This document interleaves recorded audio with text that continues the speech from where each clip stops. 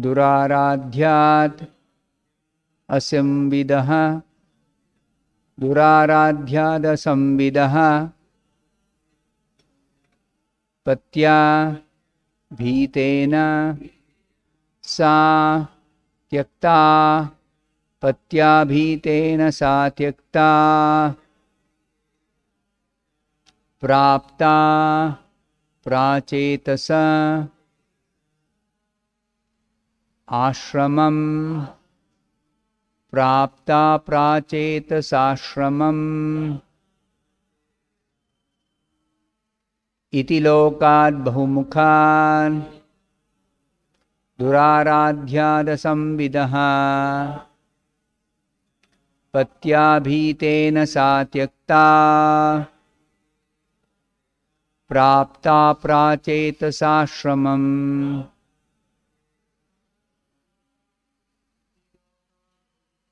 Iti lokad bahumukhan. Duraradhyada samvidaha. Patyabhitena sa tyakta. Prapta pracetasa ashramam. Iti lokad bahumukhan. Duraradhyada samvidaha. Patyabhitena sa tyakta. Prapta pracetasa ashramam. Iti lokad bahumukhan. Duraradhyada samvidaha. Patyabhitena sa tyakta. Prapta pracetasa ashramam. Iti. Thus, lokat, from persons, bahumukhan, who can talk nonsensically in various ways. Duraradhyad, whom it is very difficult to stop. Asamvidaha, who are without full knowledge. Patya, by the husband. Bhitena, being afraid. Sa, Mother Sita. Tyakta, was abandoned. Prapta, went. Pracetasa ashramam, to the hermitage of Pracetasa. Valmiki Muni. Translation by His Divine Grace A.C. Bhaktivedanta Swami Prabhupada. Shukdev Goswami said, men with a poor fund of knowledge and a heinous character speak nonsensically. Fearing such rascals, Lord Ramachandra abandoned his wife Sita Devi, although she was pregnant. Thus Sita Devi went to the ashram of Valmiki Muni. Please repeat this translation. Shukdev Goswami said, men with a poor fund of knowledge and a heinous character speak nonsensically. Fearing such rascals, Lord Ramachandra abandoned his wife Sita Devi, although she was pregnant. Thus Sita Devi went to the ashram of Valmiki Muni. I'll read the next few verses by myself. Text 11. Antarvatni agate kale yamausa sushuve sutau kusholava iti khyatau tayos chakre kriya munihi. Translation. When the time came, the pregnant mother Sita Devi gave birth to twin sons, later celebrated as Lava and Kusha. The ritualistic ceremonies for their birth were performed by Valmiki Muni. Text 12. Angadaschitra ketuscha lakshmanasya atmajau smrutau taksha pushkala ityastam bharatasya mahipate. Translation: O Maharaj Parikshit, Lord Lakshmana had two sons named Angada and Chitraketu, and Lord Bharata also had two sons named Taksha and Pushkala. Texts 13 and 14 are given together. Subahu Shrutasenascha Shatrughnasya Babhuvatuhu Gandharvan Kotisho Jagne Bharato Vijaye Disham Tadiyam Dhanamaniya Sarvam Ragne Nyavedayat Shatrugnascha Madho Putram Lavanam Nama Rakshasam Hatva Madhuvane Chakre Mathuram Nama Vaipurim. Translation of 13 and 14. Shatrughna had two sons named Subahu and Shrutasena. When Lord Bharata went to conquer all directions, he had to kill many millions of Gandharvas who are generally pretenders. Taking all their wealth, he offered it to Lord Ramachandra. Shatrughna also killed a Rakshasa named Lavana, who was the son of Madhu Rakshasa. Thus he established in the great forest known as Madhuvana the town known as Mathura.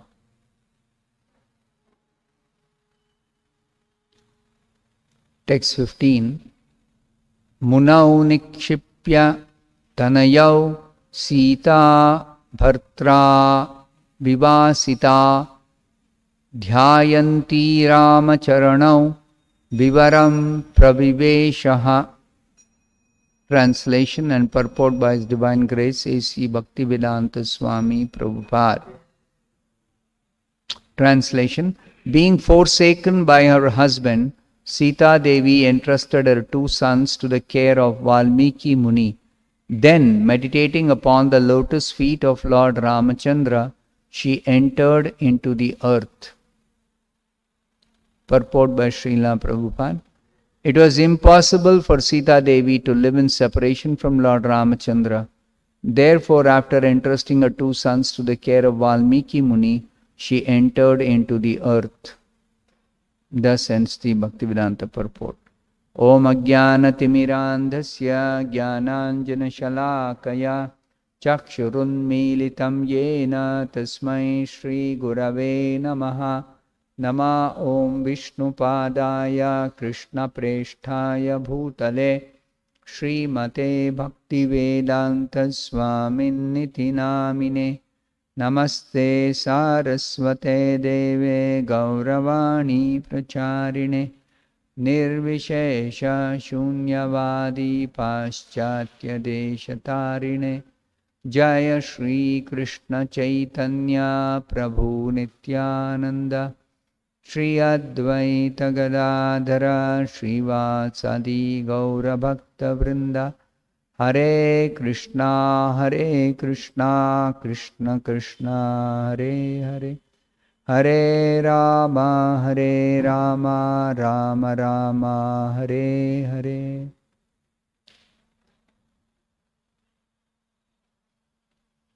So these series of verses describe the sons of Rama, Lakshmana, Bharata and Shatrughna. And the description given here about Lord Ramachandra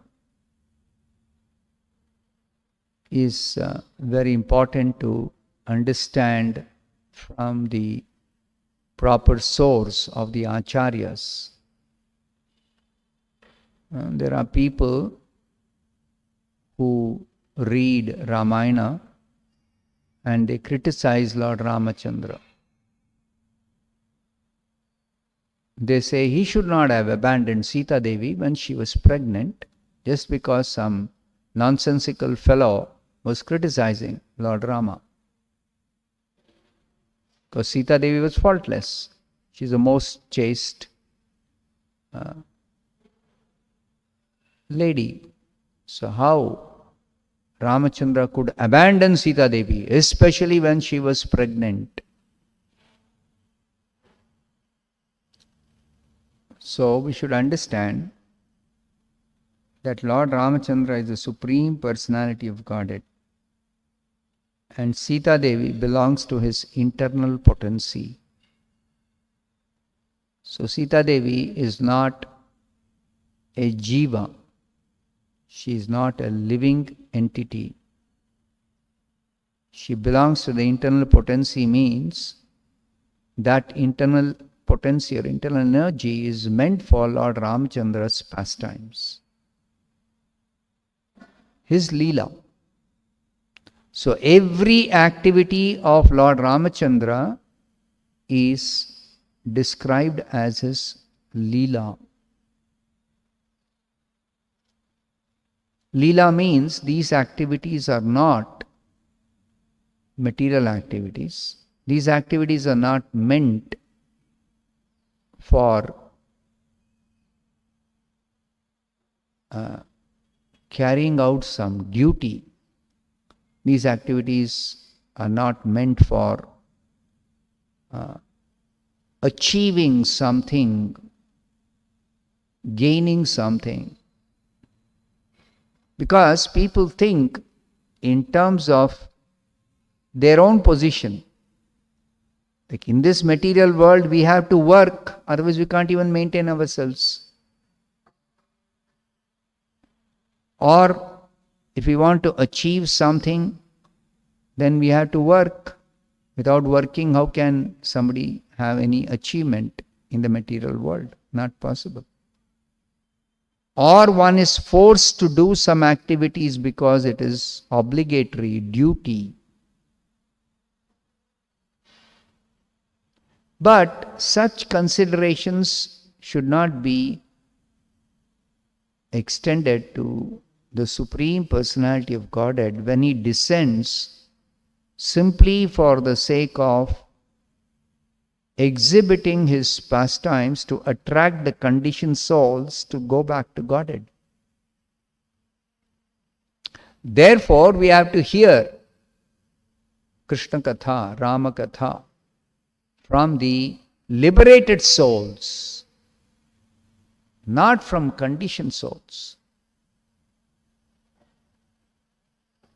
We have to hear from the liberated souls. How do the Acharyas explain these activities of Lord Ramachandra, or for that matter, the activities performed by Krishna? They criticize Krishna danced in the middle of the night with young girls when he himself was unmarried, but he danced with married girls.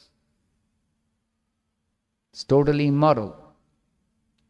So what they don't understand is Krishna's activities are completely transcendental. So what is the identity of Krishna or Lord Rama? What is the identity of Sita Devi, or what is the identity of the gopis? Or what is the identity of the queens of Dwaraka?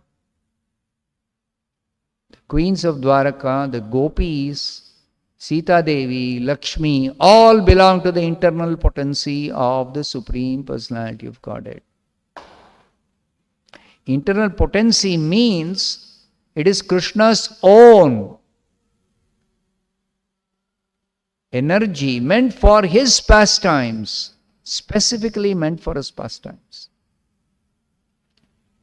And these pastimes are enacted by the Lord simply for the sake of the pleasure of the Supreme Lord and His devotees.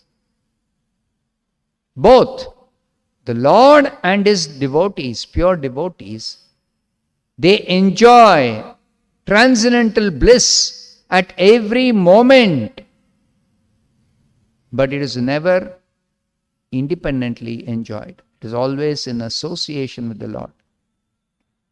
Of course, the Supreme Lord is independent, but His devotees are always in association with the Supreme Lord, participating in His Leela and relishing the transcendental bliss. So we have to study carefully the scriptures. Anandamayobhyasat. In brief, the Vedanta Sutra states what is the nature or character or characteristic of the personality of Godhead. He is Anandamaya, full of Ananda. He is the reservoir of all transcendental pleasure. Reservoir means the source of transcendental bliss. So he himself enjoys transcendental bliss, and he also shares that with all his pure devotees. Everyone relishes that. Everyone means all these pure devotees relish that. And Krishna is inviting us, the conditioned souls. Come enjoy with me. Come relish this transcendental bliss. Krishna is inviting all of us in the Bhagavad Gita. And the Acharyas are inviting us by describing Krishna's pastimes, Rama's pastimes. So Shukadeva Goswami is explaining such people who criticize Lord Ramachandra or Lord Krishna, they are called men with a poor fund of knowledge. Asamvidaha. Men with a poor fund of knowledge. They don't have proper knowledge about who is Lord Ram or what is the nature of his activities. And also they are of a heinous character. They are evil-minded people. Heinous means very, very evil-minded. So such people, they speak nonsensically, bahumukhat. They talk nonsensically in various ways. That means their tongue is not controlled. So as devotees, we have to be careful. We should control our tongue. So one of the safest ways to control the tongue is to speak only from scriptures, only from the descriptions of the acharyas, or to only engage in chanting the holy name or the descriptions of the Lord and his pure devotees in the bona fide scriptures, and not speak anything else. Vacho vegam yo vishahe tathira. Rupa Goswami warns us. If you are serious about practicing bhakti, sadhana bhakti, you should control your tongue, limit or restrict your tongue to speak only Krishna consciousness. Nothing else. Vacho vegam. There is a force of this tongue to vibrate and speak anything and everything. But we have to restrain. Just like the tendency to gossip, Gramya Katha. Gramya Katha literally means village talk. It is generally seen in villages when people don't have any work to do, then they gather together and keep talking so many different things other than Krishna Katha.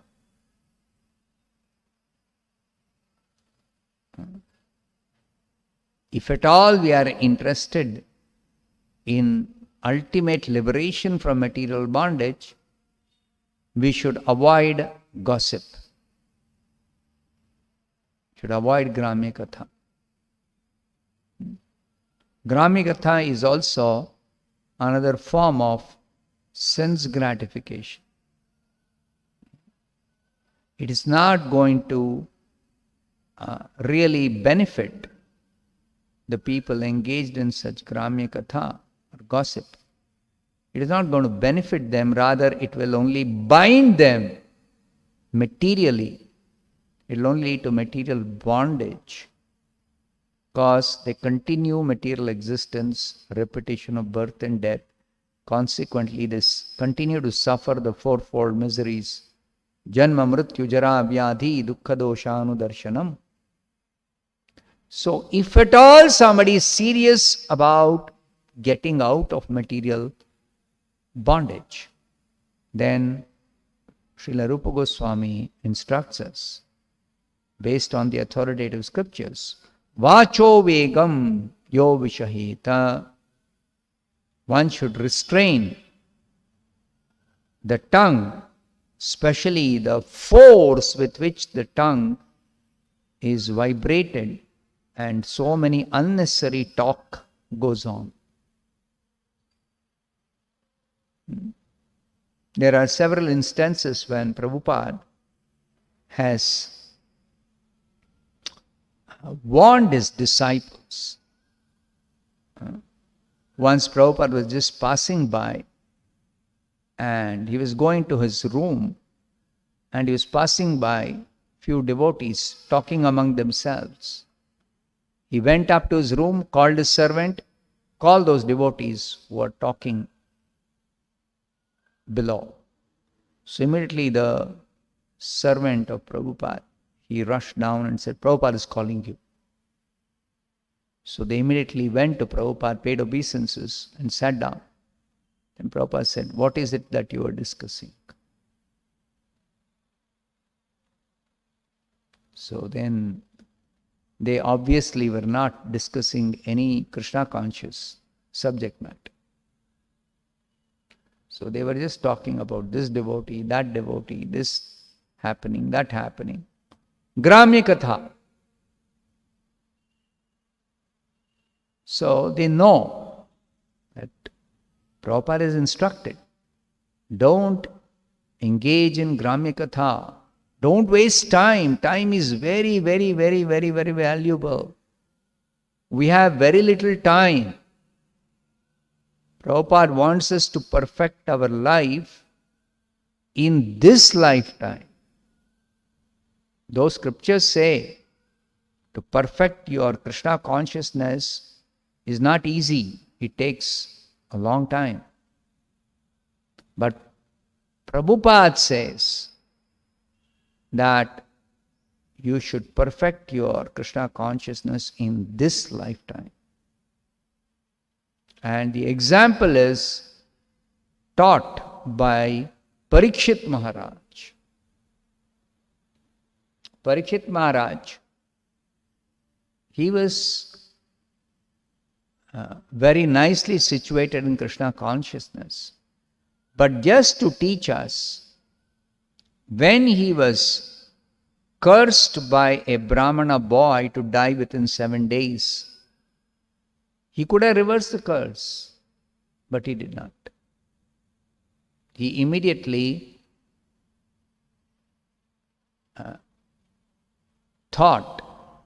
his first thought was that I only have 7 days to prepare for quitting this body. So 7 days' time, I want to exclusively dedicate for Krishna consciousness. Now mind you, before this curse was given to Parikshit, he was already engaged in Krishna consciousness. But it didn't appear like he was exclusively engaged in Krishna consciousness, because he was doing his regular duties as a king, as a family person. He was doing his regular duties. In those days, Most people were engaged in their regular duties. Not only Parikshit. So, to highlight the importance and the urgency of practicing Krishna consciousness before death comes. Somebody may say that if I do my duties as ordained in the scriptures, there is always elevation to a higher status in the next life. That's a fact. If somebody just performs their prescribed duties, then they elevate themselves. And scriptures say gradually, simply by doing one's duties, one gets elevation to higher and higher status until they reach Brahmaloka. And in Brahmaloka, if they are engaged again in their duties in Brahmaloka, then they have to quit their body only at the time of the ultimate or final destruction of this universe, end of life of Brahma. At that time, they all get an opportunity to go to the spiritual world along with Brahma.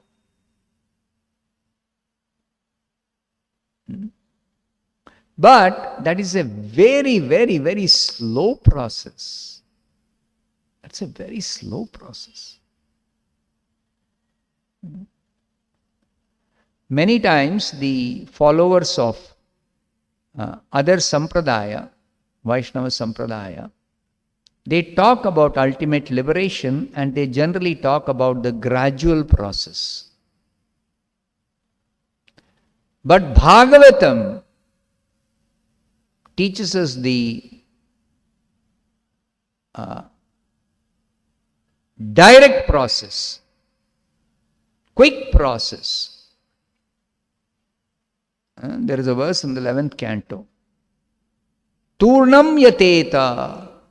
Having got this human form of life, very quickly prepare yourself to quit this body to attain the highest perfection. Even Krishna talks about this highest perfection in the Bhagavad Gita. What to speak of Bhagavatam? In the 8th chapter, what does Krishna say? Mam upetya punarjanma dukkhalayam ashashvatam napnuvanti mahatmanaha samsiddhim paramam gataha. This is in the 8th chapter. In the 7th chapter, Krishna talks of Siddhi. Manushyanam sahasreshu kaschid yatati siddhaye yatatam api siddhanam kaschin mam vetti tattvataha. In this material world, particularly, people in general, even after getting a human form of life, they don't realize the importance of this human form of life. So very few are interested in what is the perfection of human life. In the 7th chapter, this verse, Manushyanam Sahasreshu, which is the verse? Verse number? Verse number 3. So Krishna just says that very few people among human beings are interested in the perfection of human life. So in the 18th chapter, this perfection of human life is described as attaining the Brahma-bhuta stage.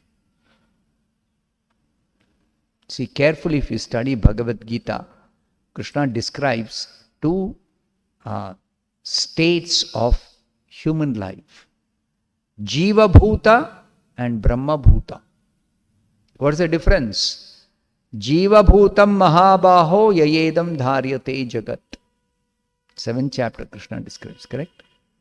Jiva-bhuta is the ordinary life of a human being in this material world, completely in the clutches of Maya, simply engaged in exploiting the resource of material nature for sense gratification.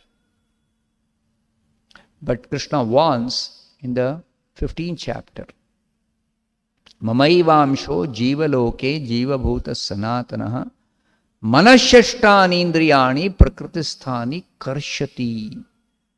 This sort of life, exploiting the resources of material nature for sense gratification, is a hard struggle for existence.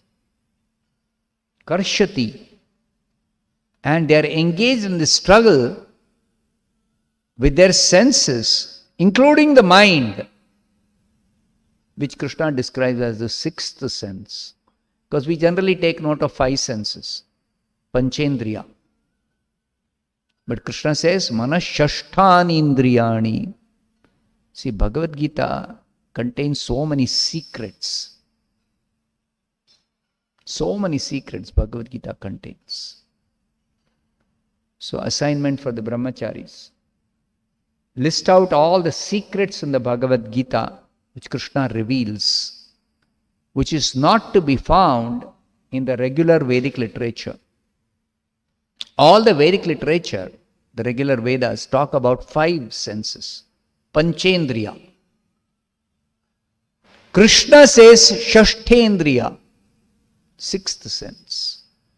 As regards struggle for existence under the clutches of material nature, he says, Manaha Shashtani Indriyani Prakritisthani Karshati. Then he says, from this Jiva Bhuta stage, one can elevate oneself to Brahma Bhuta stage.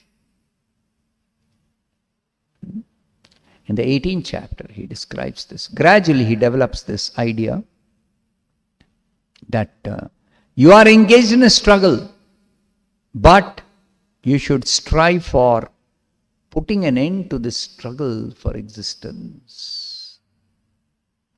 So, in the 15th chapter, he just highlights that Nirmana moha jitasanga dosha adhyatma nitya vinivritta kama dvandvair vimukta sukha dukkha samgir gachanti amudha padam avyayam tat avyaya pada. That indestructible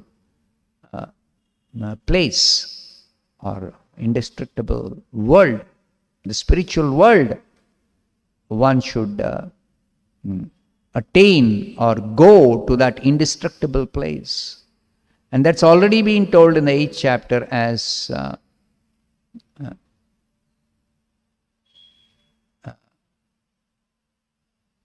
the personal abode of the Supreme Lord.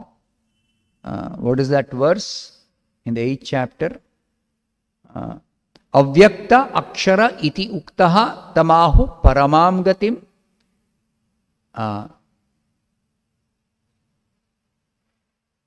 yad gatva nanivartante tadhama paramam mama. Is that the verse? What is the verse? Avyakta akshara iti uktaha tamahu paramam gatim. In the Vedic literature, this personal abode of Krishna is described in three ways. Avyakta,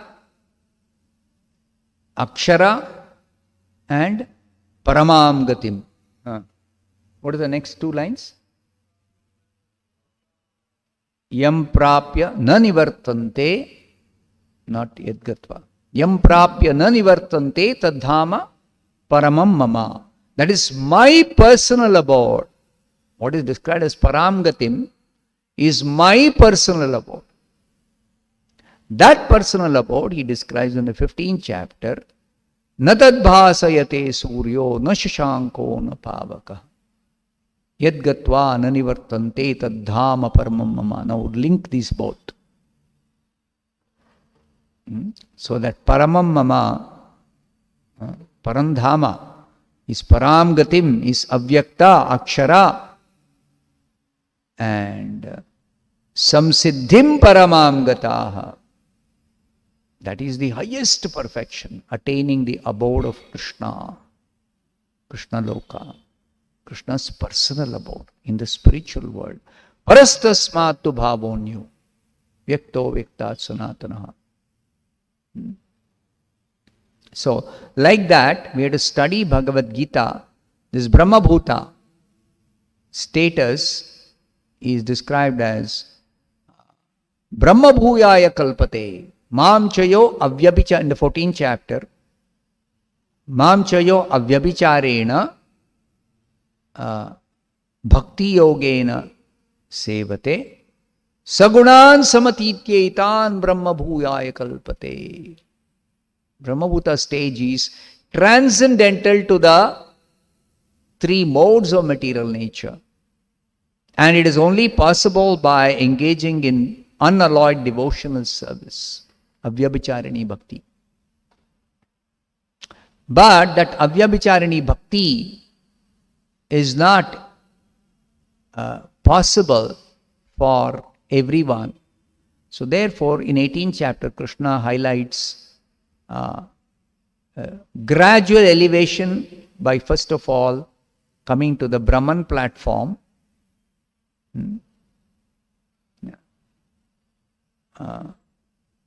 What is that verse? The series of verses that one should perform one's duties and simultaneously engage in worshipping the Lord who is the source of all beings,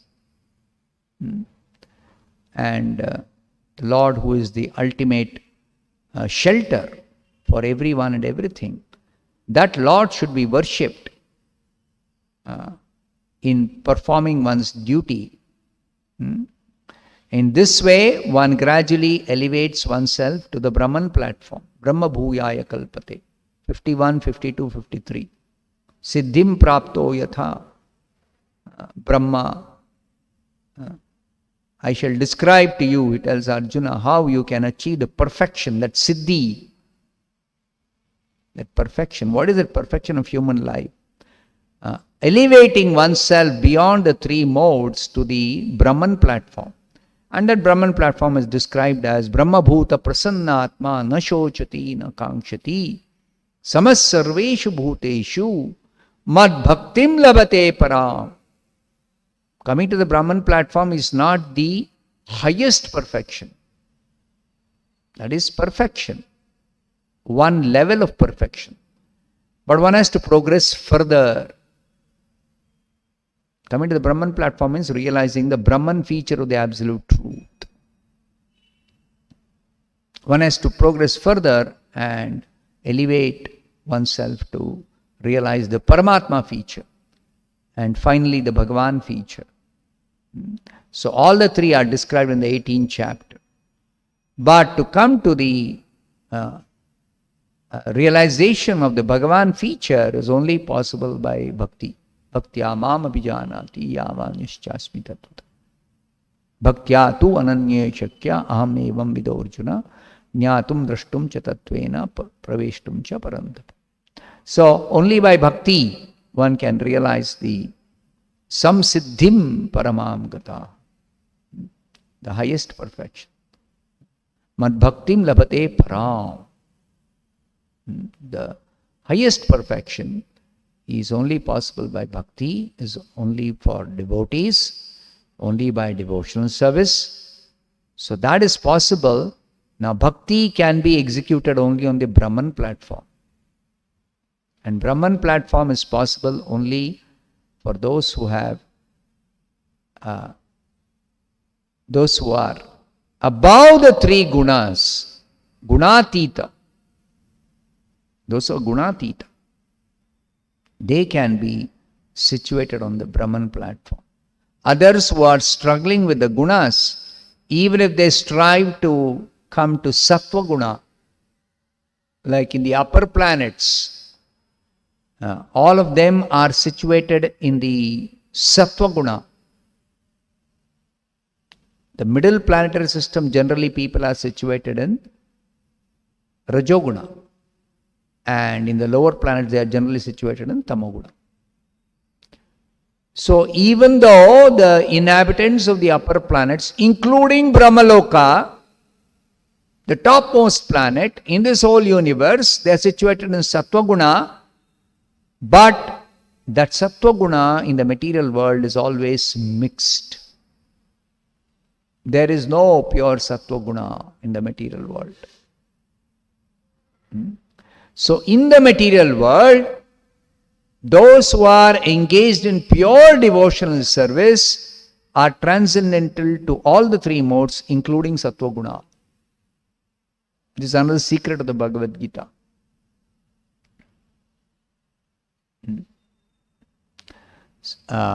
Krishna describes that material energy consists of 8 elements. Bhumi rapo nalo vayu kham mano buddhire vacha ahankara iti yamme bhinna prakriti ashtadha. But in the 14th chapter, Krishna describes material nature consists of 3 gunas. This is unknown to people. Many people know. At least they know that matter means panchabhuta. 5 elements. Earth, water, fire, air, sky. That they know. So little conversant with the Vedic knowledge. But they do not know material nature or material energy consists of 3 gunas. That they do not know. Sattvam rajastama iti guna prakriti sambhavaha nibaddanti mahabaho dehe dehinam avyayam. Nibaddanti. These 3 gunas, material nature consists of these 3 gunas, which is binding. And sattva guna also binds. Many people think, they hear about sattva guna, they think, oh, sattva guna is very nice. They think coming to sattva guna means liberation. Of course, coming to sattva guna means, 14th chapter explains, one becomes sinless, one becomes purified, one becomes enlightened, one experiences peace, happiness, but all these are not without bondage. Bondage is there. Bondage is there. So, to become free from material bondage, one has to rise even above sattva guna. And that is explained in the 18th chapter. 14th chapter, Krishna just mentions Gunatita. And in the 18th chapter, he describes by bhakti, one can elevate oneself to the Brahman platform and go further to come to the stage of pure devotional service. So, the descriptions in the Bhagavad Gita, in the Bhagavatam, is not just to situate oneself in sattva guna, or not just to rise above the gunas and come to the Brahman platform, but to actually elevate oneself to the personal abode of Krishna, which is only for pure devotees. And pure devotees are instructed, those who want to come to this highest perfection of pure devotional service, they are instructed, control your senses and hear only from the acharyas. Only hear from the acharyas. So acharyas describe Rama as the Supreme Personality of Godhead. All his actions are perfect. So what is the justification Rama abandoned Sita when she was pregnant? Just so that people may not misunderstand Rama as a henpecked husband. Just so that he may not be misunderstood as a henpecked husband. So he is showing ideal behavior of a king. That king's actions should be in line with the ideal character expectation. Adarsha. He should be exemplary. He should show by his personal example. Just like this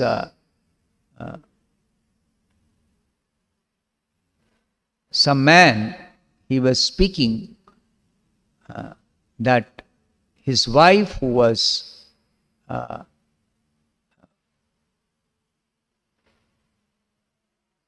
had become unchaste, he said, I'll not maintain you anymore. That's the standard for a person following the Grihastha Dharma. The wife has to be chaste, and an unchaste woman is not entertained by an ideal Grihastha. So, when this person was speaking like this, he also wrongly quoted Rama's example.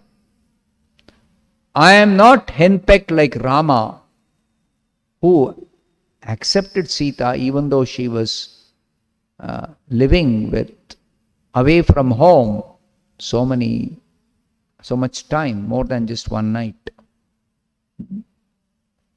So I am not like Rama, I will not accept you. Rama accepted Sita.